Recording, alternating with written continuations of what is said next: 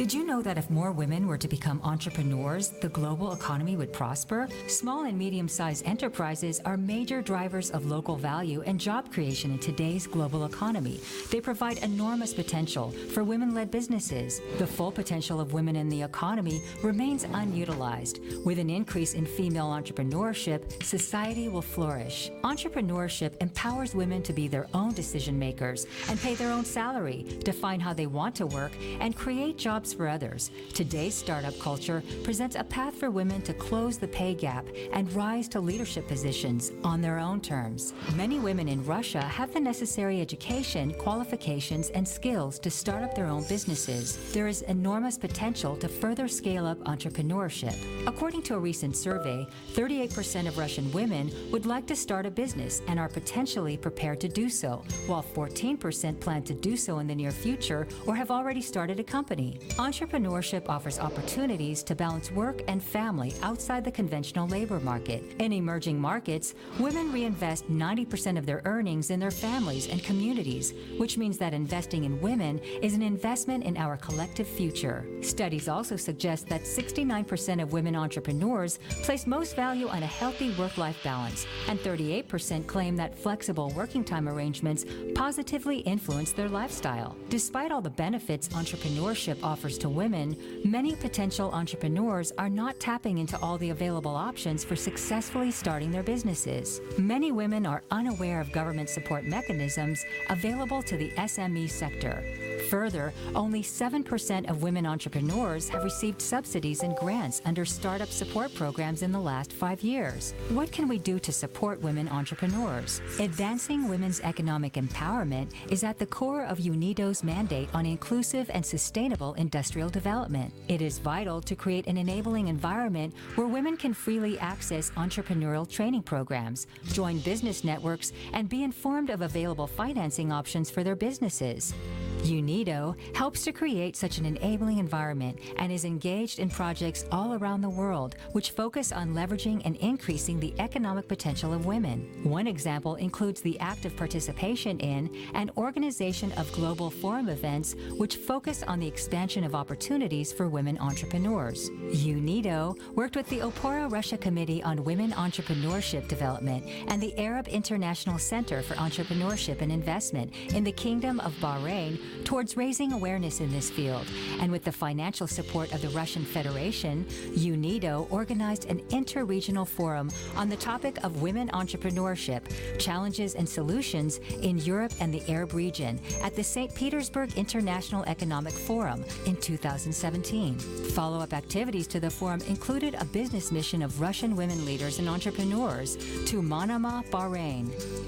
UNIDO continues to act as a platform and a knowledge hub to support the promotion of women economic empowerment and entrepreneurship. It is clear that there is no tool for development more effective than the empowerment of women. Empowering women lay the foundation for creating shared prosperity, advancing economic competitiveness, and safeguarding the environment. Women are key agents of change. As economic actors, leaders, and consumers, they play a vitally important part in every country's drive towards a higher level of industrialization and sustainable economic development. Through creating a global platform and upscaling services and projects, UNIDO, together with its partners, helps to empower women entrepreneurs.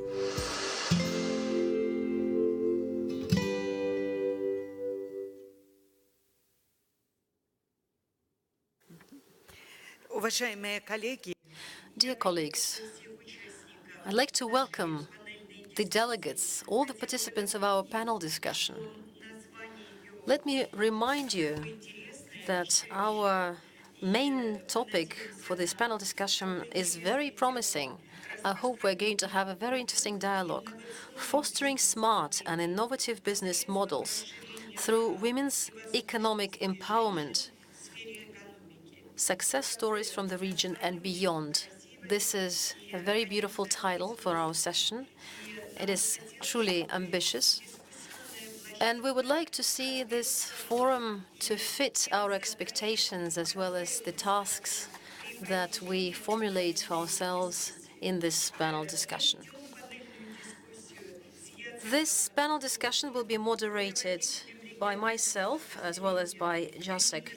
Cukrovsky, Chief of the UNIDO Regional Division for Europe and Central Asia. So, please welcome. We'll try to make it possible for everyone who would like to speak to have such an opportunity. We have a number of speakers, but we also have microphones set up. We believe that every discussion panel should be an open one and quite interactive. So what are the objectives for this panel discussion? First and foremost, we would like to identify efficient business models and measures that would help to empower women. Second, what kind of contribution can women make into smart technologies and the development of modern technologies? And third, what kind of programs are required in order to expand women's contribution in innovative spheres? And fourth, what is the role of global alliances for women's economic empowerment? What can we do in terms of international cooperation development? Jacek, the floor goes to you. Now, let me say it is a great honor for me to co-moderate the session together with you. I would like to say that we have a lot of the great number of distinguished guests and speakers on today's session. I would like to ask our speakers to be well organized so that each of you will have a few minutes to express your vision and comment on the topic. Now, without further introduction, I would like to give the floor to the first keynote speaker, Ms. Helen Hai, UNIDO Goodwill Ambassador for Industrialization in Africa and CEO of the Made in Africa initiative of the People's Republic of China. Ms. Hai is a renewed international advocate of women's economic empowerment. She has 20 years of experience working for international businesses listed on the Financial Times Stock Exchange 100 Index. Ms. Hai is also co-founder of CH Garments, a pioneer Pan-African export-oriented garments manufacturer.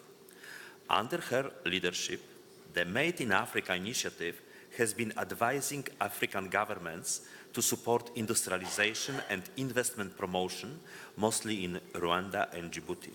Ms. Hai has also been serving the international community as UNIDO Goodwill Ambassador with a focus on Africa's industrialization. We will have a pleasure to listen to Ms. Hai's keynote speech on how the process of industrialization in Africa has the potential to benefit millions of women on the path to economic empowerment. Ms. Hai, the floor is yours.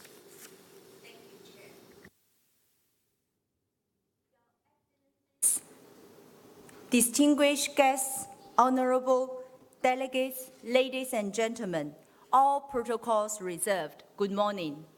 It is a great honor for me to be in the beautiful St. Petersburg, and my topic today is how to jumpstart in economic transformation through industrialization. As a woman entrepreneur and a goodwill ambassador of UNIDO, I would like to share with you three things today. First, let me start with the idea. As we all know, 2015 is a historical year for the world because United Nations launched Sustainable Development Goal, which is to end poverty, protect the planet, and ensure prosperity for all. But the question is, as human beings, are we able to achieve it, in this new path to improve the lives of people everywhere? So I want to talk about economic transformation. Let us look at some historical numbers. Post-Second World War, in the year from 1950 to 2008, there's about 200 developing economies globally. But in reality, there's only 2 economies moved from lower income status to higher income status. That is South Korea and Taiwan. China likely to be the third one by 2025. And out of those 200 developing economies, in those periods, there's only 13 of them moved from middle income status to higher income status. Out of the 13, 8 of them are in Europe. The original GDP gap are small. The other 5 are the Asia 4 tigers, plus Japan. In my generation in China, I witnessed 600 million people has been lifted out the international poverty line. And according to World Bank, the number of people living under the international poverty line in the world since 1960 to today didn't decline if we exclude the 680 million people in China. So if we are talking about by 2030, the economic transformation for the world, can we really achieve it? I want to say I'm very optimistic. Why? First of all, I think there's a golden opportunity. The year I was born in China, the GDP in that year, 1978, is only $154, which is less than 1/3 of the sub-Saharan African countries. And then the economic transformation in China has been such a miracle. By 2015, the GDP per capita in China is 7,500. And according to China's forecast, by 2025, we are going to double that. That means also, after 30 years golden manufacturing, by 2025, China is going to become a high-income country. And after 30 years golden manufacturing, the job relocation is happening again. But this round is far more complicated. Why? Because in the 60s, when Japan was relocating, they only relocate 9.7 million jobs. And in the 80s, when Korea was relocating, they only relocate 2.3 million jobs. This round, we're talking about China is in the process of relocating 85 million jobs. Where would those jobs to go? And the countries who are able to capture those jobs, that means they can enjoy the same economic transformation. And this is the second thing I want to share with you. There's an industrialization movement has already started in Africa continent with the support of UNIDO. Personally, by the invitation of the Prime Minister of Ethiopia back in 2011 to set up a shoe factory, it took me 3 months from decide to investment to actual production from Ethiopia to the US market. In the following 6 months, I doubled the export revenue in Ethiopia in the shoe sector. By the end of year 1, we recruited 2,000 local workers, most of them are women. By the end of year 2, we recruited 4,000 local workers. And we made people to believe Africa is ready to get into global value chain, started doing job creation. And job creation, as we know, is the key for poverty reduction. And in 2013, I became the first Chinese advisor to the Ethiopian government, have been working with the government on industrialization. And we developed 80 industrial parks. The latest industrial park in Ethiopia last year is called Havasa Park. It's 100% for garment and textile, and it's about to generate 60,000 local jobs and 1 billion export revenue from that one industrial park. And Ethiopia's success had a big snowballing effect in the African continent. 3 years ago, we were invited by the president of Rwanda. So we went there, set up the first garment, CNH. We're taking cottons from Burundi, textile from Uganda, making garments to export to the US market. We're making Rwanda from a small landlocked country to a land-connected country. So that actually is through industrialization. And now we're working with 9 African head of states on their industrialization strategy. So before I close, I want to share with you, as a woman, why I'm so passionate about job creation. When I first came to Ethiopia back in 2011, I was staying in Addis Ababa, a beautiful hotel called Sheraton Hotel. I'm pretty sure some of you stayed there. So after dinner, I was digesting food. So I was walking along the garden, and then I suddenly hear music. So that took me to the back of the hotel, where is a bar called Office Bar. And I looked around. That was 2011. At that moment, I haven't made the decision that we want to invest in Ethiopia. But in that bar, what did I saw? I saw there's foreigners, that singing and dancing in the bar, which reminded me of a personal story 30 years back. When I was 7 years old, at that time, in China, there's only one 5-star hotel called Beijing Hotel. It is my birthday. My father wanted to give me a treat, so he took me to the hotel. At the reception, my father asked, how much is it per night? And they told my father, $100. My father immediately said, that's too expensive, we cannot afford it.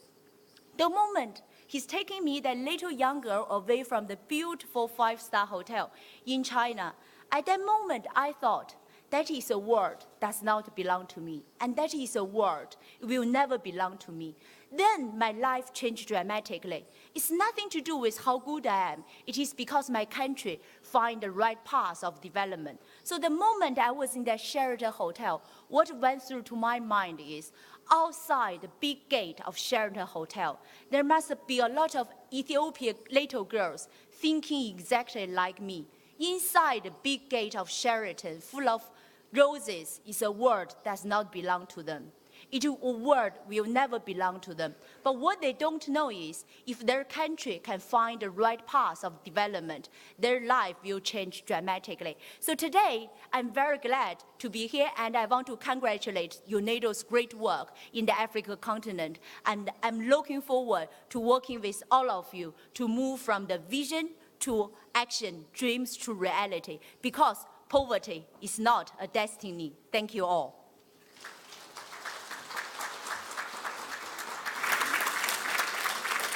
Thank you very much, Ms. Hai, for your inspiring stories and sharing with us your experience from your private life and also from your professional life in Africa. Thank you very much. No, this was most interesting for us, and we definitely wish to stay at that hotel, and I hope we will manage.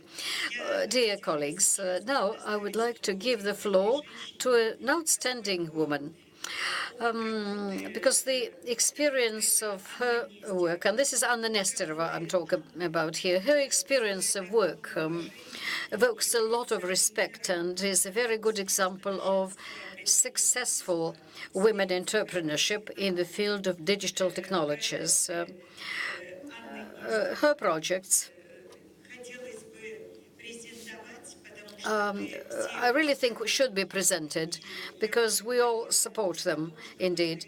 And thanks to this project, there appeared an idea and the possibility and an opportunity for many women entrepreneurs to go outside to the external markets. Well, Anna will describe all of that in more detail. And Anna, could you also express your opinion on how to strengthen the involvement of women in the innovation business, in the innovation-based business? Thank you, Galina Nikolaevna. Thank you, dear friends and colleagues. I'm happy to be able to speak to you here at such an important forum, and allow me to begin with the words of thanks to UNIDO, absolutely sincerely, because I am involved in UNIDO's projects, and we meet women whom you bring together, not only to discuss things, but to cooperate, to create chains of added value. We talk to women from Geneva, from Vienna, from Bahrain, and that's all thanks to you. Thank you so very much for this most active work supporting women entrepreneurship. I also would like to thank Garina Karelova and the Council of the Federation, which is a flagship indeed, and the founder of the women agenda promoted at the highest level in the country and abroad. Galina, thank you very much. We're most grateful to Valentina Matvienko, who also brings women together to discuss the most topical issues. And I would like to thank Opora Россия, represented by Veronika Peshkova and her team. We cooperate with them. We work with them in a very close contact, and they are a true driver in the field. And other organizations, such as Delovaya Россия, which I represent, work together, and we form a unity in many respects. But back to the digital agenda. Indeed, it's very important these days. It's topical at the United Nations in UNCTAD at the conference on digital trading, and when we discuss the involvement of women into digital economy. We were involved in these discussions, and there were representatives from all over the world, and women there were discussing digital tools, digital instruments, which enable us to go to the external markets. And we discussed the chains of added value in order to promote business, in order to become known all over the world. The new digital technologies definitely make it possible to move the business to a new level without significant extra costs. Wherever there is the internet now, it's possible to trade, it's possible to sell, it is possible to learn. There are crowdfunding platforms being created at which women can get money for their startups. What is important, even at the Jungtad conference on e-trade, we were saying that women need training. Women also need information. We need to describe to women how to make use of the new digital tools, thanks to which it is possible to move to new markets. And many of the sites are based on the economy of joint consumption. Airbnb, BlaBlaCar, and Airbnb on renting out of apartments supported over 1 million jobs, and that is most important. Over half of those jobs were jobs for women. And these women were able to earn over $10 million over the past year. So these sites, these platforms, make it possible for women to sell their experience, their skills, their knowledge, their competences. There is a lot of online courses, and it's possible to go through for a distance course of learning. And women do create creative economy. This has already been mentioned today. Well, there is a certain time in their life when they are actually to stay at home with their children, we look after their babies. And, well, we travel all over the country. I remember being in the Ulyanovsk region recently, and I can see Anna Privalova here, who is registered with us. I can see a lot of women who are willing to listen, who are willing to travel, who are willing to get immersed into this multitude of digital instruments and tools. But they need information. For us, for a global e-trade platform, it is also important to let them know that they can get registered, they can present their product to the world, they can use the new digital tools, automated translation, chat rooms, and so on and so forth. We can speak about several levels here. First of all, women have to learn how to think globally. In Russia, they say that women creating their business usually proceed from their personal preferences, from their hobby. Very often this business is socially important. So we would like to suggest that you look into the future and think of how to begin selling not only in the region, but in other regions as well, at the interregional markets and even international markets. And there are sets of tools working for that purpose here. At the initial level, without much experience and knowledge, for example, you can create certain tools that tell you have certain site, you have an internet shop, you can work with different payment systems and work on the internet promotion so that you are known in the world. Next, it's the regional level. You can get registered at the regional platforms and also present your commodities. And the third level is the global, international level and respective sites and platforms. Next. It is necessary to involve young girls into the digital economy. And here I would like to announce our pilot project, which we are starting in the Ulyanovsk region. The training for young girls at the period of their vocational orientation, so that the young girls graduating from secondary school would know where to go, what to do, and how to develop their career using digital technologies. Well, we understand that we also have to think about women who are at home with their babies, or women who are of the age group 50 plus, who are unfortunately very often are unable to find an employment. Now, we really shouldn't follow digital technologies just for the sake of using them. And the local Russian online courses do not really, should not really entail different sets of documents like diplomas, certificates, and things like that. Because if all this is needed, then not many who want to go through this sort of training. We really would like to involve a lot of people who do not have these skills yet. And our goal is to create a special type of economy, creative economy, and think of those who are not involved yet, and demonstrate to them the opportunities they have with the use of these particular technologies, digital technologies. Thank you very much, dear colleagues, for listening to me. Thank you, Anna. Do you already have a lot of members on the platform? Well, at this point in time, according to our statistics, more than half of the companies that are registered are companies from Russia. We have more than 5,000 companies in total. Now, approximately 15% are the companies owned by women. I think that out of 50, 15 is a very good number. They are small enterprises, but women are so active. They are the people who give so much accurate information about their businesses. And usually when you search products, then you get the top several women-owned companies. Thank you very much. Thank you very much for your presentation, as well as for your activities, for involving women in this sphere. It is extremely important for us. Let's continue to work together. Anna. Now we turn to Ms. Malika Yarbabayeva, who is UNIDO National Technical Project Coordinator in the Republic of Tajikistan. She is using her past experience at the International Organization for Migration to successfully coordinate a project aimed at the modernization and competitiveness improvement of the carpet weaving, embroidery, and textile industry in Tajikistan.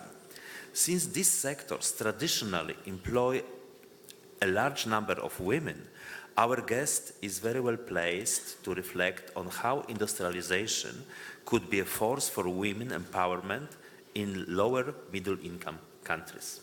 The floor is yours, please. Thank you.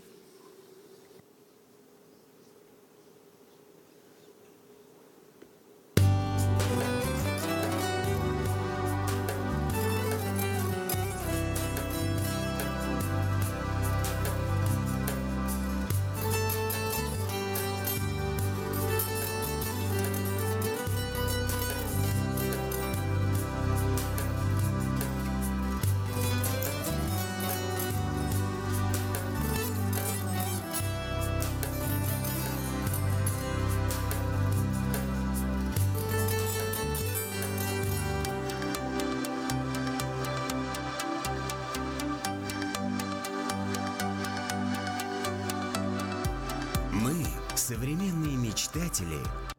We are the modern thinkers that are trying to be the best at everything. We're inspired by history.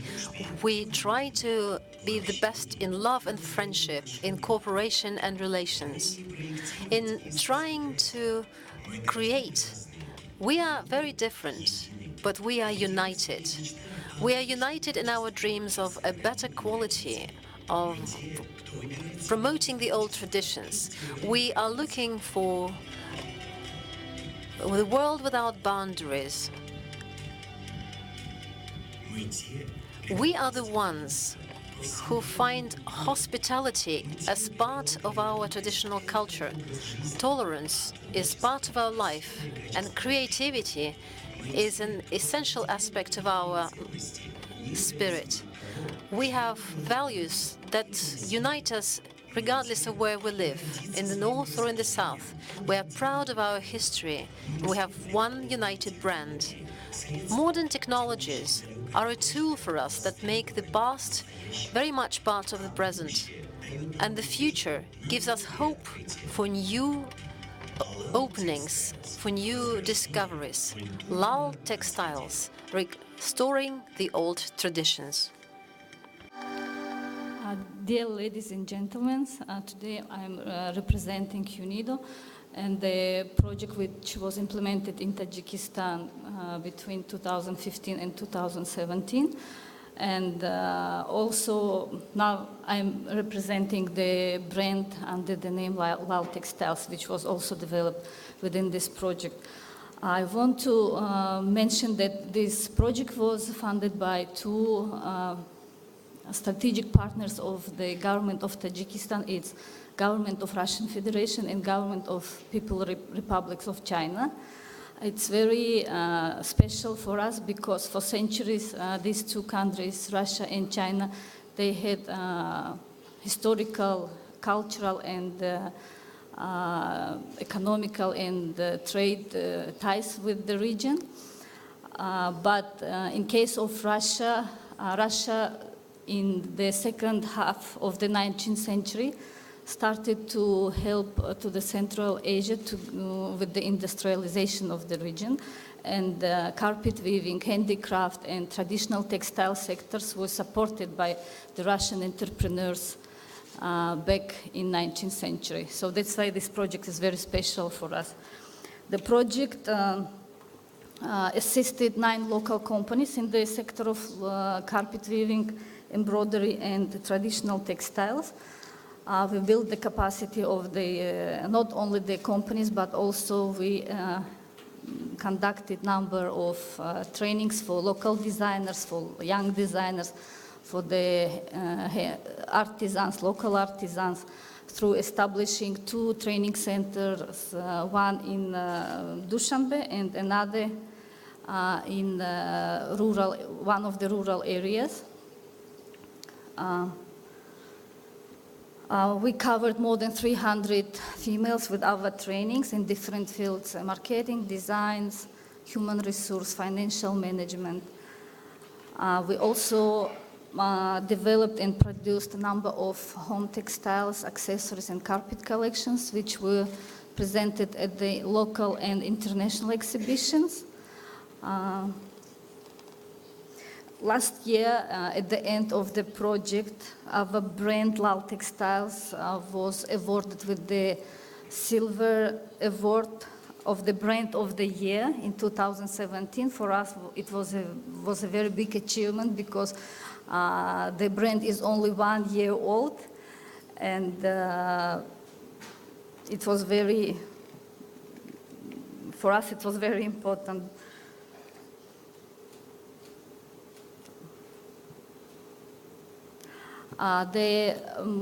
Also some main results that we achieved. It's we signed the contracts with the international hotel chains in Dushanbe. Specifically, it's Serena Hotel. Also, we are now supplying our products to the Ocean hypermarket in Dushanbe.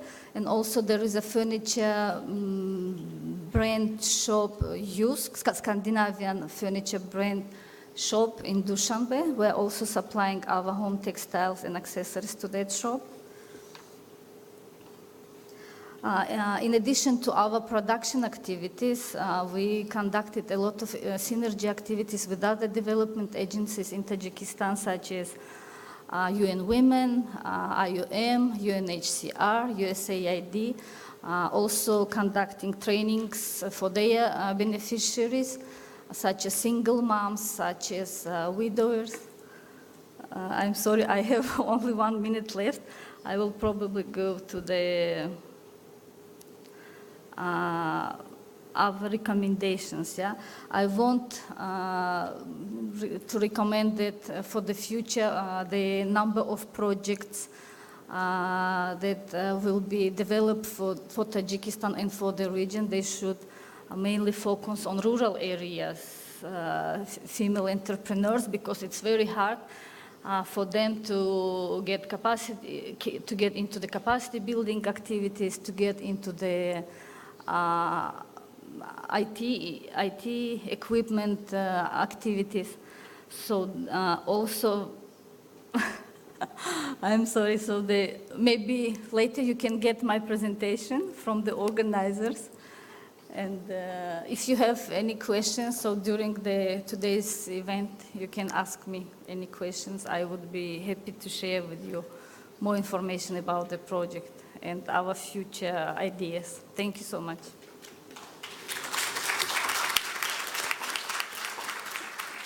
Thank you very much, Malika, especially for indicating the need to work in the villages with women from underdeveloped regions, from small cities and villages. This issue is important not only for Tajikistan, but I also believe that for Russian Federation as well. Now we have the pleasure to turn to our next speaker, who comes from Pakistan, Ms. Asya Sail Khan, Director of the Shazoo Zaka Company and a participant of UNIDO project in her home country on capacity building for women entrepreneurs. Ms. Khan is a fashion designer and pharmacist and one of the Pakistani's foremost advocates for the development of women entrepreneurship. Ms. Khan, the floor is yours. Please take your 5 minutes in effective way. Hi everyone. I have a short video. Can I get it on?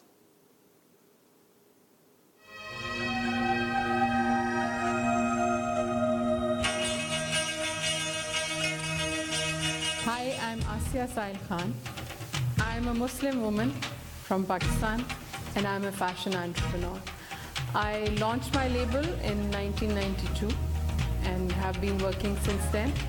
I work on Pakistani fabrics and Pakistani materials and work with Pakistani artisans on hand embroidery, which is becoming extinct the world over.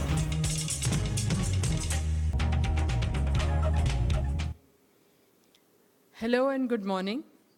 It is a pleasure and it is an honor to be speaking to such an august forum, speaking at such an august forum. I'm Asya, as you've seen. My story began in 1991 when I suddenly lost my husband in an accident. By default, I became a single mother for 2 very young children. I did not have a university degree, so I went back to the university and started studying for my degree in pharmacy. Because we have a business in pharmaceuticals. But early on, I realized that a pharmacist's salary is not enough to bring up 2 children on your own. And that's how my passion for fashion came into action. And I decided to start a small, tiny entrepreneurship business. I tried to get a loan, but I found out that banks don't give loans to single women without a collateral. So I requested my brother for a $3,000 loan to start this business. And in order to formalize my business, I had to become a member of the Chamber of Commerce. And this became my platform where I could support other women through the years. I faced a lot of difficulties being a woman. As you know, it's a patriarchal society.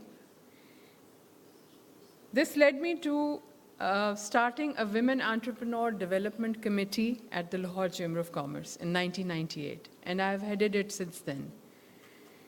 At this committee, I support, mentor, and train new women entrepreneurs and women who have been in business but have not been able to grow. So it's a committee which works as an entity on its own at the Lahore Chamber.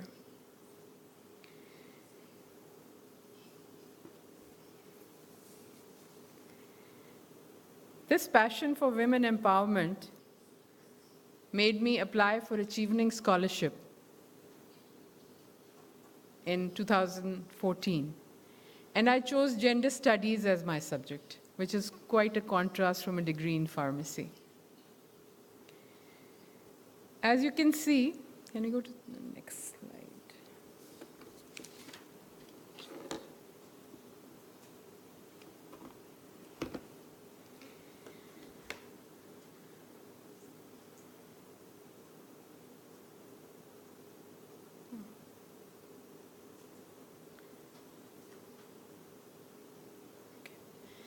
As you can see from the statistics of the numbers, majority of the women entrepreneurs, the registered entrepreneurs at the Lahore Chamber of Commerce, which actually has the largest number of women entrepreneurs from all the chambers in Pakistan, were in the fashion business. They were either into textiles or into fashion design, and fashion is an upcoming sector in Pakistan which is now being recognized as an industry. And how this journey began, there was a trade delegation to Pakistan in October 2016 by the Italian government, and along with them came the UNIDO people. And that's where we started negotiating with them. How could they support the women entrepreneurs of Lahore? And we came to the conclusion what they really needed was to improve their product, get access to international market, and do their capacity building. UNIDO took us for our first study tour, introduced us to fashion houses, to designers, took us to institutions, met with the associations, and the association and UNIDO helped us get a space at a trade fair in September, the One Milano. At the One Milano, 6 women were selected and took our embroideries into Milan and Italy. And people got to see them, feel them, and see how exquisite they were. This led us to meet various upcoming designers in Italy. And one of them approached our group, Francesca Liberator, and she is a very exciting upcoming designer in Italy, and she decided to experiment with embroideries from Pakistan. 2 of our women were part of, I call it the long distance collaboration, designing over WhatsApp. She sent the designs and the fabric, and we did the embroidery for her. And when the embroideries reached back to her, she decided to have them as the showstoppers at the end of her fashion show. That is how a woman from Pakistan in fashion got onto the runways of Milan Fashion Week. That's Francesca. The first 2 dresses have been done by me.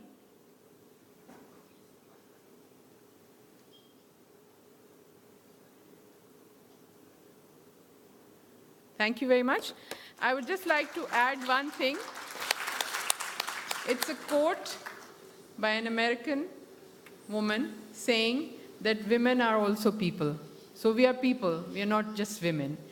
And women entrepreneurship, in my experience, is the best option for women, where you manage your own timings and you can give attention to your home and your family and adjust your working hours.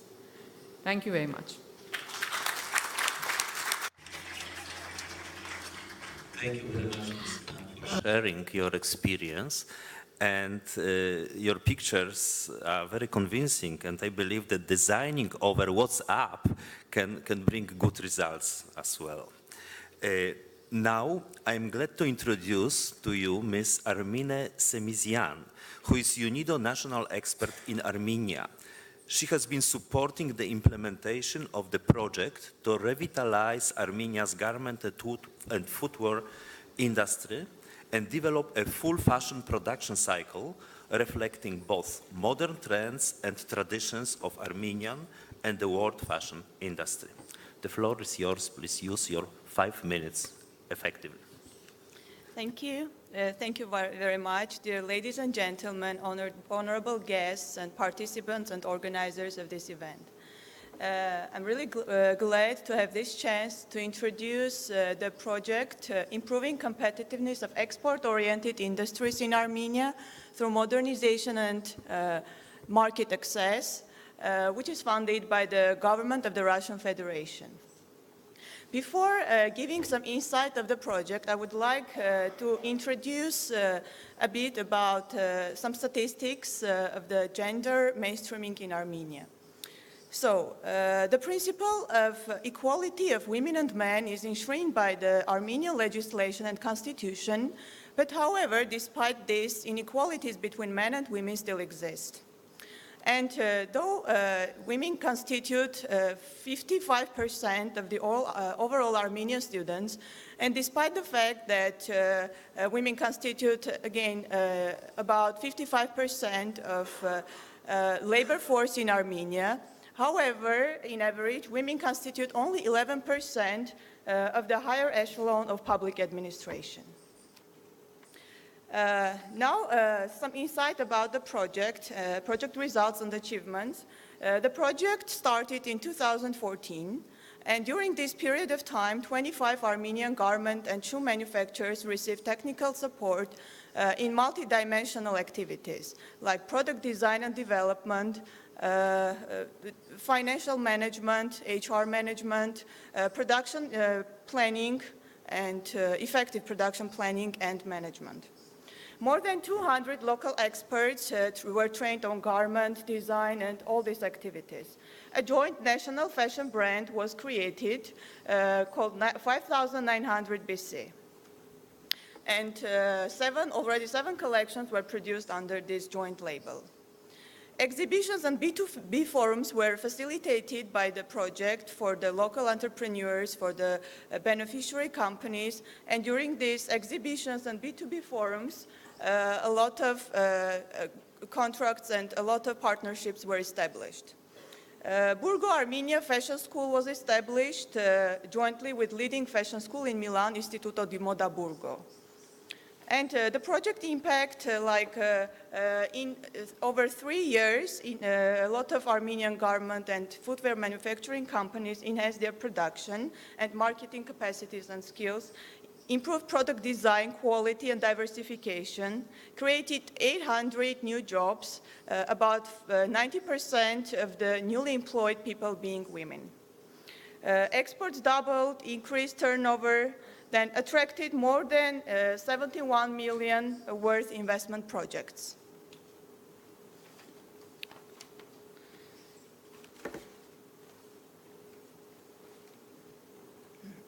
Over 200 people have participated in the capacity building workshops facilitated by the projects, and 56% of them being women. This is really very important because as mentioned, it's like 55% of the labor force is occupied by women, but however, women continue occupying lower positions, like they are not very much involved in policy making, in decision-making roles. And one of the project's aims and goals is to empower women through its capacity building workshops to be able to be capacitated to occupy higher positions and responsible positions in their spheres of activities, including capacity building as a result of which women will be able to run their own businesses.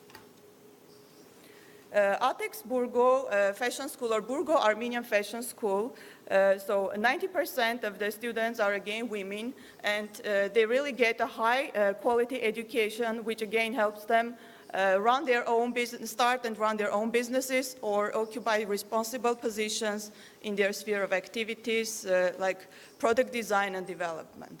So through its upgrading and capacity building outputs, the UNIDO project enhances smart and inclusive economics where women qualify to occupy higher position in their sphere of activities. Thank you for your attention. And one of the representatives of our beneficiary companies, Ms. Anya Vetisyan, is here again, and she will introduce her company, where she's finance executive, and she will speak a few words about the company and the successful experience with UNIDO. Thank you very much. And afterwards, you will watch the short video about the project. Thank you.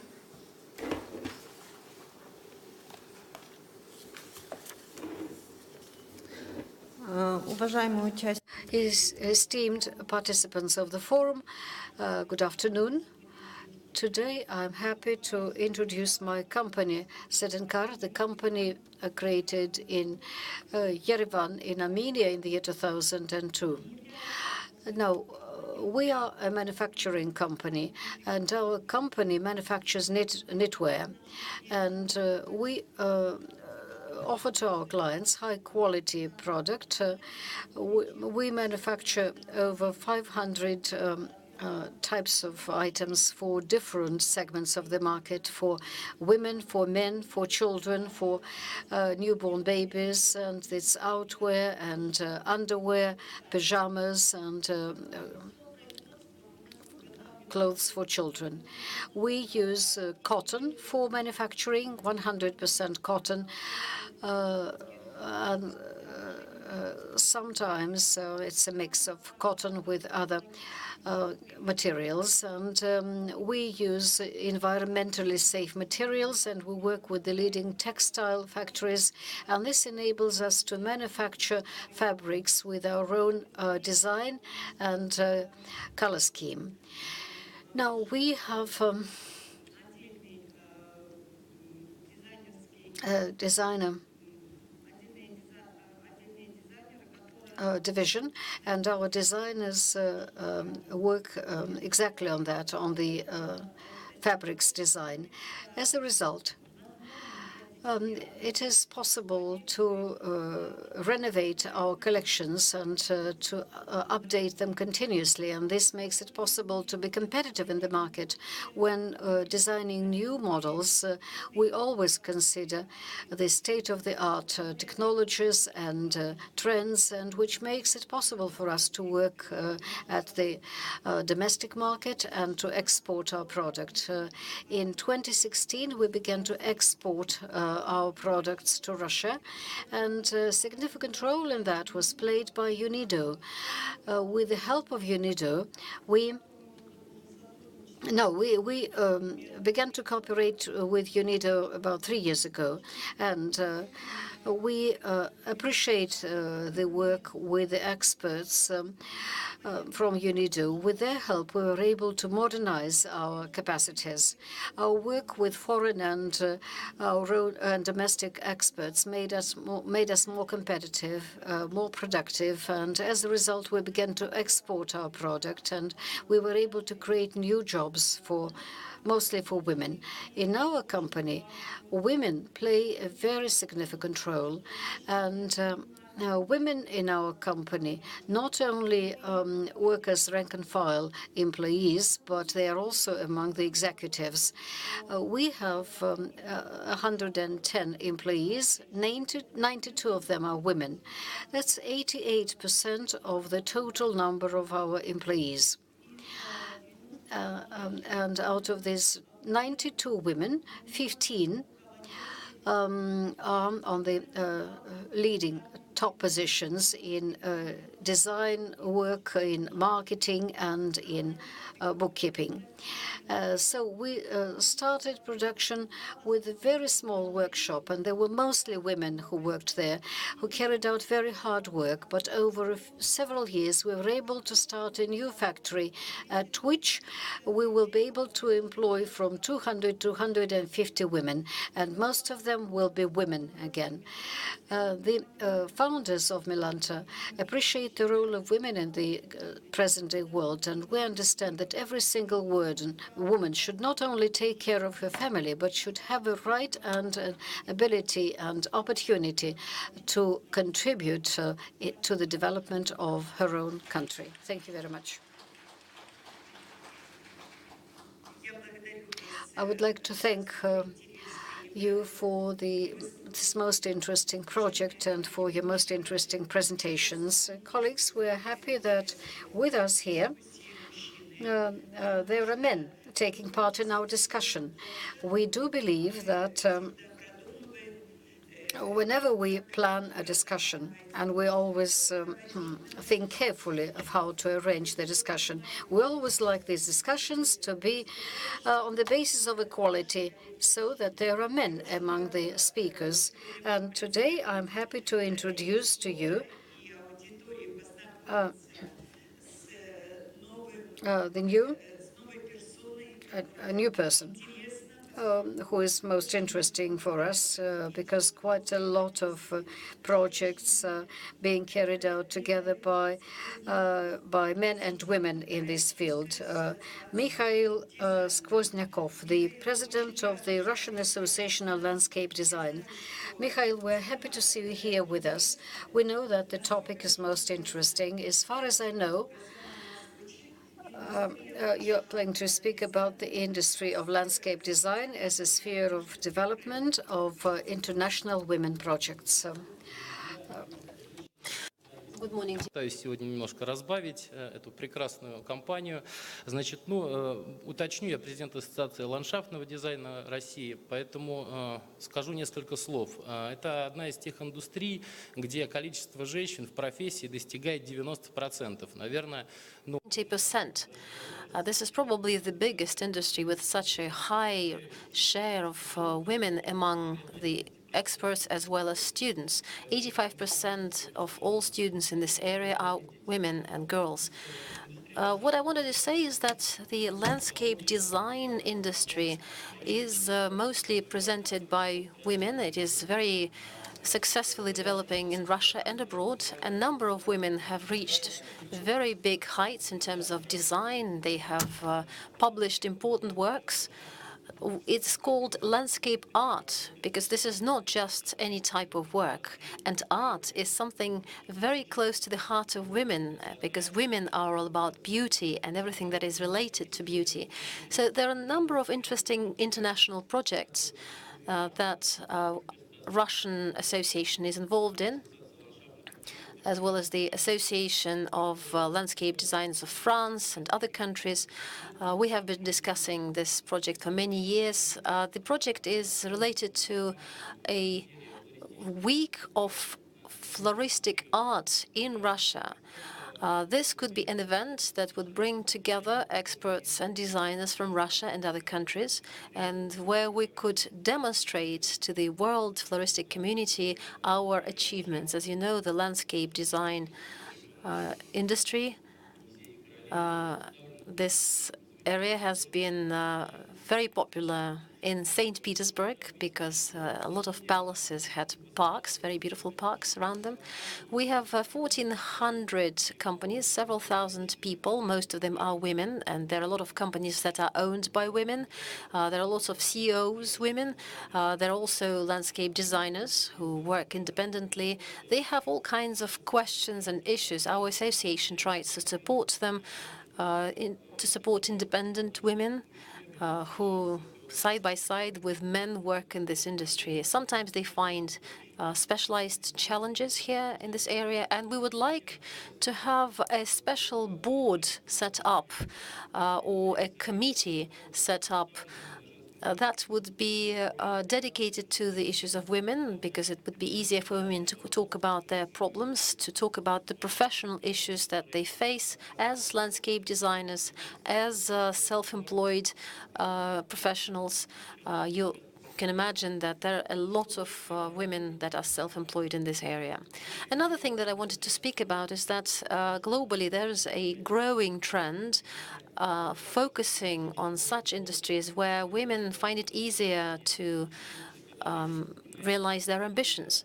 Of course, women are not only working in such areas as clothing and other areas where they find a lot of interest. Floristics, landscape design is something natural for women. They naturally make things beautiful. I am very glad that I was invited to speak here. I'm very grateful to the organizers. I know that I have a very short time limit. Thank you very much. Dear ladies, I believe in you. If you have any problems, please come to us. We'll try to help you. Thank you very much. All the best to you. Thank you, Mikhail. We also have a lot of confidence in you, and we believe that women in this area will become very successful. We really like this idea. I think we will talk about it with Jacek, and maybe we can agree to somehow present this idea at the Eurasian Women's Forum. I think it could be a very interesting idea. I'm sure that the representatives of many different countries in the world, those who work in this particular business, are making big strides towards new technologies. Dear friends, I would like now to give the floor to Yelena Kozlovskaya, the Deputy Director General from Villaggio Estate. Yelena is in an unusual business area. She is a developer. We would really like to hear about her experience. And of course, we'd like to hear an answer to the question, how can you increase the share of women in this business sphere? The floor is yours. Thank you very much. Good morning, everyone. I have been working for more than 10 years in the sphere of construction and development. Traditionally, construction is a sphere where there are a lot of men working amongst men. The fact that I'm a woman among so many men makes it possible for me to be more flexible sometimes, take unconventional decisions based on the decisions of my colleagues. I totally agree with Mikhail. Such areas as design, architecture, and others today are very promising for professional women. Our company is a family company, Villaggio Estate. When we hire new personnel, when we look at new contractors, we look for professional qualities first and foremost. So, dear ladies, if you want to work with the leaders in any industry, do not be afraid of offering your services. If you don't do anything, you will not make it happen. I am very glad to support Anna's initiative in developing technologies, in developing new skills among girls. Let's make sure that there is some middle ground between men's rationality and women's flexibility. Let's reach for the balance and harmony. Thank you very much. Thank you very much, Yelena. Your experience is very inspiring, and I'm sure that at different forums where we see a lot of beginner entrepreneurs and a lot of seasoned entrepreneurs, we need to invite people like you to show that there's nothing to fear. Thank you very much for your position and for making your voice heard. Now, dear friends, I would like to give the floor to Anna Tsivilyova, chairperson of the board of directors, Kolmar Group, Russia. Anna represents a large business, and she works in coal industry. This is especially interesting because this is a completely different take, completely different aspects. So we're looking forward to your presentation. Thank you very much. I would like to thank you all. I would like to thank the organizers for inviting us here. I'd like to wish you a very good and productive day, and I'd like to share our experience and my personal experience.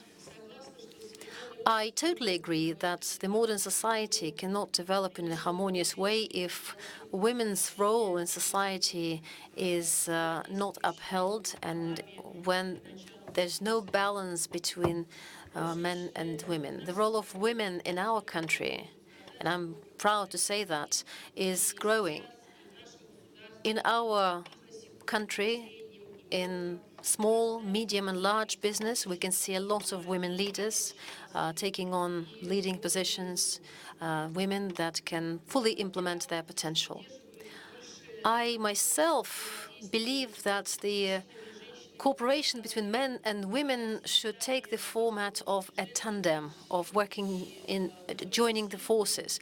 This way, we will reach for a synergy, improving the results of any type of activity.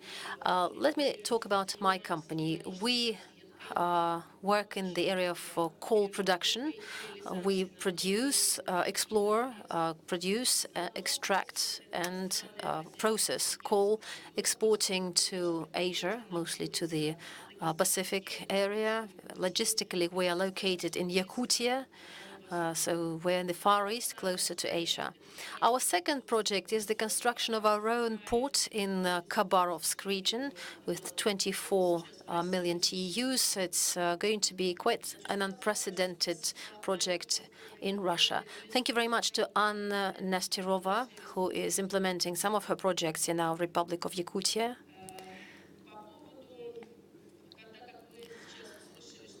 You have already heard me say that our company works in coal production. That means there's a lot of hard labor, a lot of physical labor. We have 4,500 people working for us.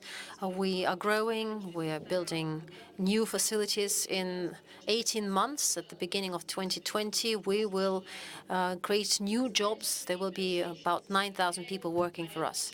At this point in time, we have approximately 400 women working for us. These are mostly women working in labs, in computers, in management. 54 are in management. And as the company grows, the number of women in the company is growing as well. I have to say that we are very grateful to Ms. Helen Hai. We have a lot of partners in China. The largest corporation, AVEC, which is in aircraft building. It is headed by a woman, by the way, Suk Tao, and she visited our factory for the opening ceremony a few months ago. She came and was very surprised to find that welders were men, because in China it appears that the best welders, the most professional ones, the ones that are most tidy and accurate are women. So we have a lot to strive for. We have a number of projects, as I said, in the area of export. The largest metallurgic company, the second largest company, Bauer Steel, the vice president of this company is a woman. So how is it that we support women at our enterprise, in our company? Well, obviously, the climate conditions are not very easy. In the winter, the temperatures go down below 50 Celsius. And we try to offer a big, as we put it, social package, healthcare, visits to resort centers, social support to children, funding schools, funding to the construction of the ice palace, and the fitness centers, swimming pools. The most active participants in all the activities that are offered by our company are women. There's one more message that I wanted to send, and I did not put a business suit on this morning because I wanted to be more feminine. I think that today, in the world of sanctions, women's emancipation, sanctions, we have to remember about our own role as women. At the time when men are trying to compare who is stronger, we, women and children, become ambassadors of goodwill and peace. This is the time for us to become more active, to join forces, to send a message to this world, to tell everyone that we need to unite, that we need to work together, we need to grow children, we need to do business together. It is high time for us women to assume this function and to carry it on. As a businesswoman, I have to jump straight to business. I would like to invite the next forum, or perhaps a session, to come to visit Yakutia. Don't be afraid, we have a very good summer. Let's organize some kind of a meeting in Yakutia. We will be able to give a very interesting tour of our country. Even though we are a coal company, we also have a lot of tourism. And we would like to show our lands to those who live in Russia, to our foreign partners. We'll show to you how many different peoples and ethnic groups live in Russia, how many different traditions we have.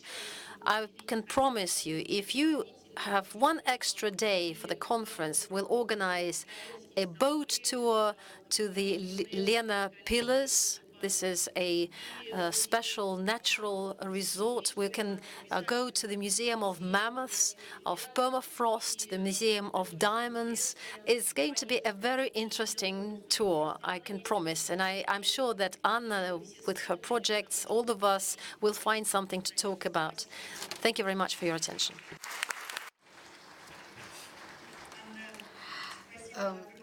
Anna, thank you very much. Thank you.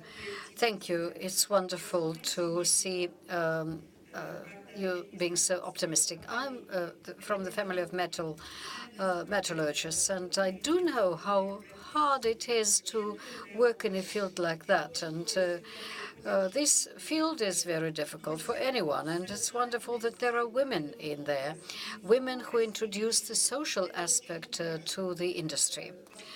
And we women entrepreneurs, we women who work in the field of economy are trying to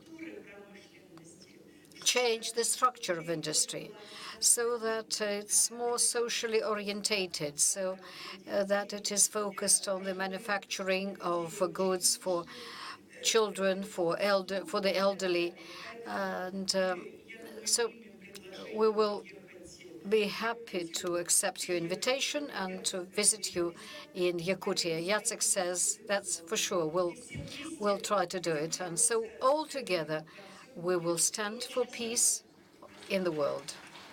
That's most important. Thank you. Now we have a pleasure to welcome Ms. Anne Lamila, the Consul General of Finland in St. Petersburg. Ms. Lamila is a distinguished diplomat, having served Finland as ambassador in a number of countries on several continents. She is also an expert in the matters of gender equality, having served as the Finnish Ombudsman for Equal Opportunity in the Ministry of Foreign Affairs since 2015. The floor is yours. Thank you. I'm happy to be here. I'm happy to be able to speak here after these outstanding women, Anna and Anne. My name is Anna too. About women entrepreneurship in Finland and how the state supports entrepreneurship and medium and small enterprises in Finland. Well, I have basically three things to say today. The first one is that the women have to be in politics. The second one, the state has to enable conditions for women and men work. And the third one, that we still have challenges ahead. 100 years ago, Finland was one of the poorest countries in Europe. Today, Finland is one of the wealthiest, one of the most democratic countries, one of the most stable countries, and according to the United Nations, the happiest country in the world. So how did we succeed to do this? I would say that the first factor was that while we were under an autonomy under the Russian Empire, we were allowed to have our own parliament, and that parliament in 1906 gave equal opportunities for women and men to be active in politics, to be elected and to stand as candidate. And 1907, we got 10% of the parliament were women. And why was this important? It's exactly because we wanted to have women as equal members of the society. So while women were in politics, they created those laws that later on enabled our society to have proper daycare so that women and men can work without being obliged to worry about their children. The women and men of Finland created a school which is free to all. it's a public school, it's a high-quality school, so that women have can work, so they are not just uneducated, but they can have a very big input into the economic life. And thirdly, social and health services were created. And what's the result? Now we have like 68% of women in the working life. Third of our entrepreneurs are women. And we do have some state support for medium and small enterprises, but they are equal to men and women. And when women are asked how the state can best support their working life, it is to even out the conditions. The reality today is that women stay longer at home when they have babies. And so we have, every time the government enters into place, we have a gender equality program. And we try to create conditions so that when there is a young man and there is a young woman, so the employer we have to create conditions where also the employers of men are said that the men can go to and have a paternal leave. So we have to support those enterprises so that they allow things to happen. And in general, we have also a program to encourage women leadership. And this is because the majority of women that are working in Finland, they are working in small and medium enterprises, where salaries, of course, are lower. So we have a very smart program where it's not it's a recommendation that every big company which is listed should have women in their board. And although it's only a recommendation, it works. Because nowadays a big company cannot tell without a smile that they have not been able to recruit capable women in their government. And at last I would like to say that women are the biggest emerging market in the world, and we should take use of that. Thank you.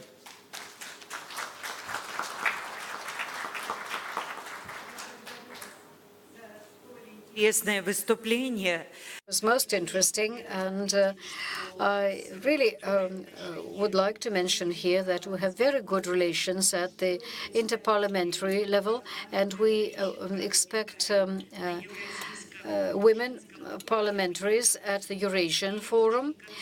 And recently we had most constructive meetings with the leaders of the parliament at the Interparliamentary Assembly. So we're most willing to cooperate, and the sphere of business in this respect is extremely important for the development of contacts. And no, do come and join us. The session is going to be quite interesting. We listen to the presentations by women and men representing business. Now, allow me to give the floor to a representative of the Legislative Assembly of St. Petersburg, Irina Ivanova. Irina, the floor is yours. Well, of course, we would like to hear from you about the measures taken at the legislative level in such a big city as St. Petersburg. What is being done to support women entrepreneurs? Good afternoon, dear colleagues. Why, colleagues, I'm of the same blood with you, indeed. So in 2011, I was elected the deputy of the Legislative Assembly. Up till then, I had been in business. In business, that was hard, male business, so to speak, and I was not really doing any embroidery. I was in the automotive industry, connected with the spare parts for the vehicles, for the motor scooters, and about 2% of those who were employed with us were women. Now, I would like to say that the development of small business in our country began in the year 1992. The Soviet Union had disintegrated, and then every single woman tried to turn into a businesswoman, not having any skills at all. And with all of that, women also had to take care of their family, of the children, and of their husbands. Their husbands were also either fired or made redundant for periods of time.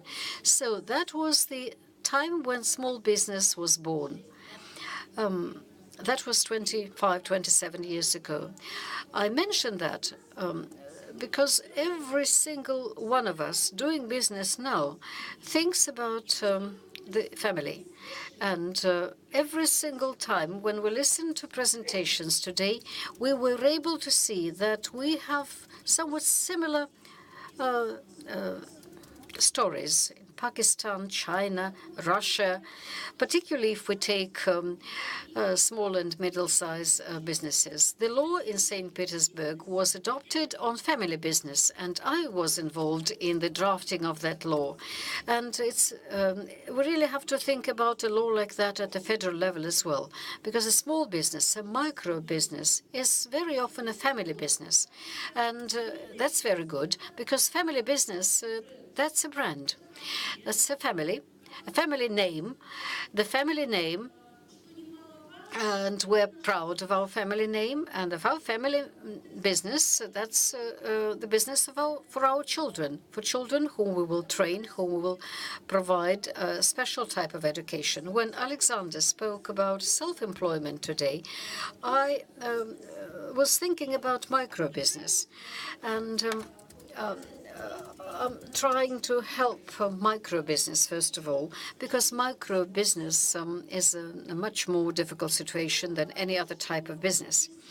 And we really have to have separate laws pertaining to these different types of business. The law on small business stipulates that the average turnover should be over 600 million rubles, and we are trying to protect the small family businesses in St. Petersburg with much lower turnover.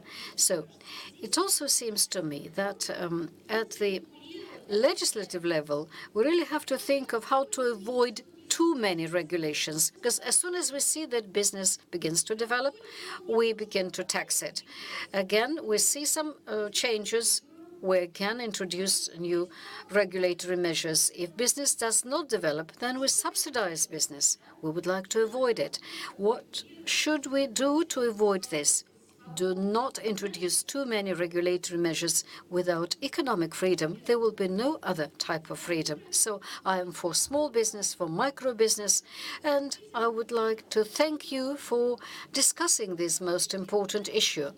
As a family, and we as women are inseparable, and the family business and women business are inseparable, I believe. So I would like to thank all the organizers, and I wish you great success. I wish us success as well. Thank you. Thank you very much, Irina. The only thing that I wanted to talk about the cross, I really don't want to go there. We need to be very respectful here. Gulnara, what do we call this craftsmanship? Yes, national traditions. Yes, we do that. We have a whole show dedicated to that. We are very proud of this type of craftsmanship. We support it very much. And together with Gulnar, we went to a show, a fair in Paris. They had a show of Russian craftsmanship, and they had this various types of stitching and embroidery presented there. This is what women did. This is what women do. It's very beautiful. And let's be proud. Let's be proud of our women in metallurgy. Let's also be proud of our fine stitching. All kinds of activities are welcome. Ladies and gentlemen, we have finished here. Oh no, Jacek says that he has something else to say. Person to speak. So I am pleased to introduce to you the last discussant, Ms. Svetlana Erkenova, national expert from UNIDO Center for International Industrial Cooperation in Moscow. Ms. Erkenova, floor is yours. Good morning, dear ladies. Today we have come together at the session where we can listen to different success stories about the stories of creating new businesses, stories of women in large corporations. The way women started their businesses, the role that UNIDO played in helping women in small and medium businesses. This is all very important because indeed the mandate of UNIDO is to support small and medium businesses.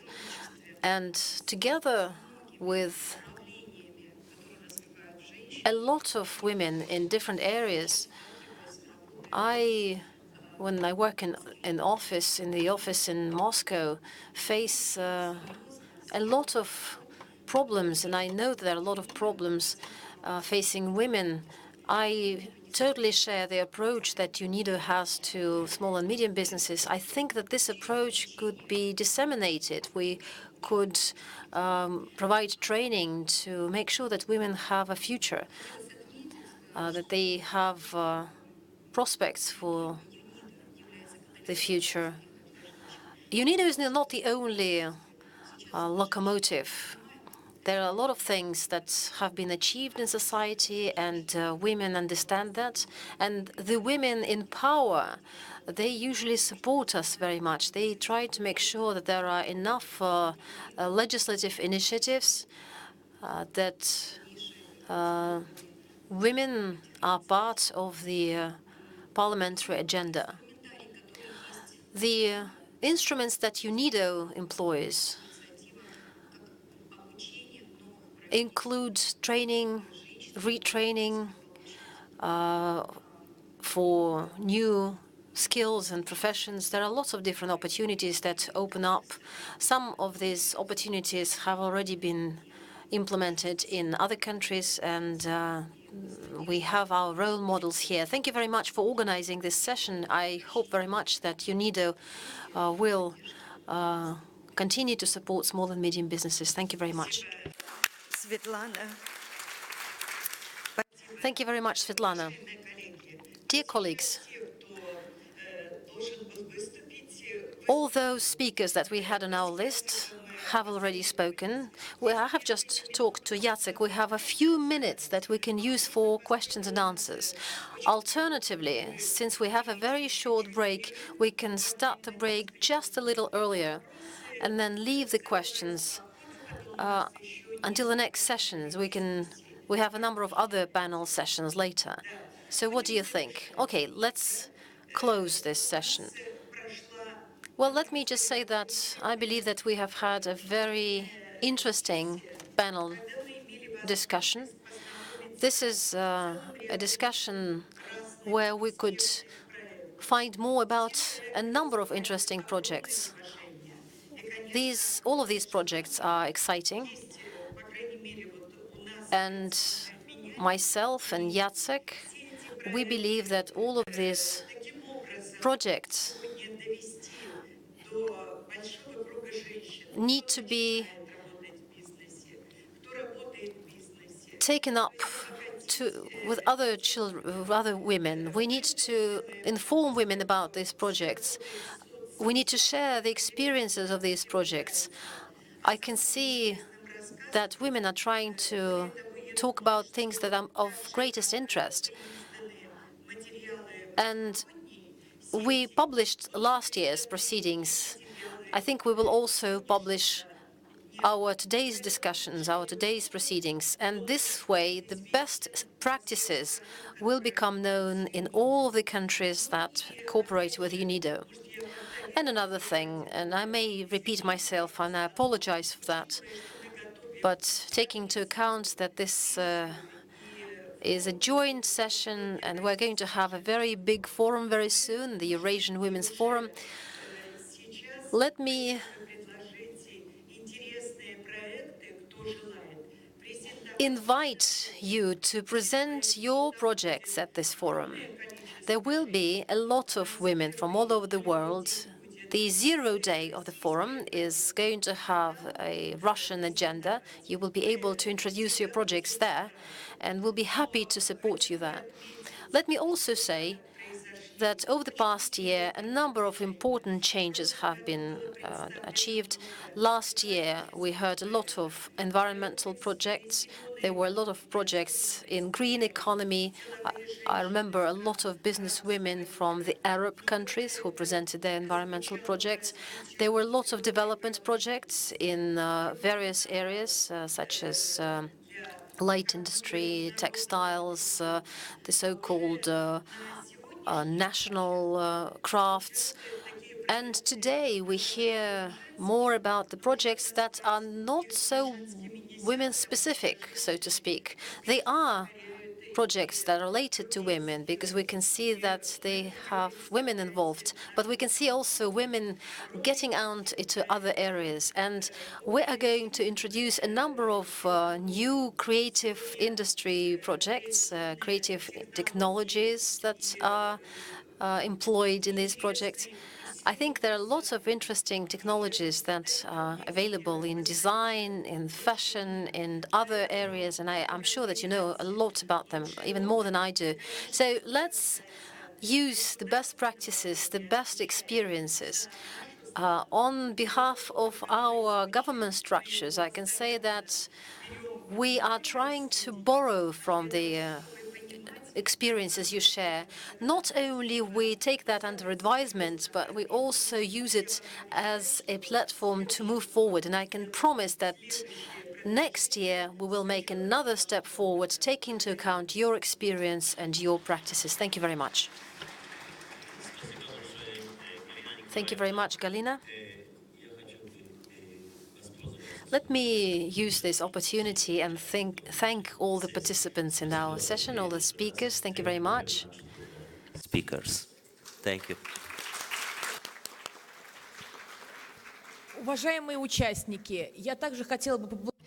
Dear delegates, I'd like to thank the speakers of our first panel session. We're going to have a break for lunch. It's a lunch break.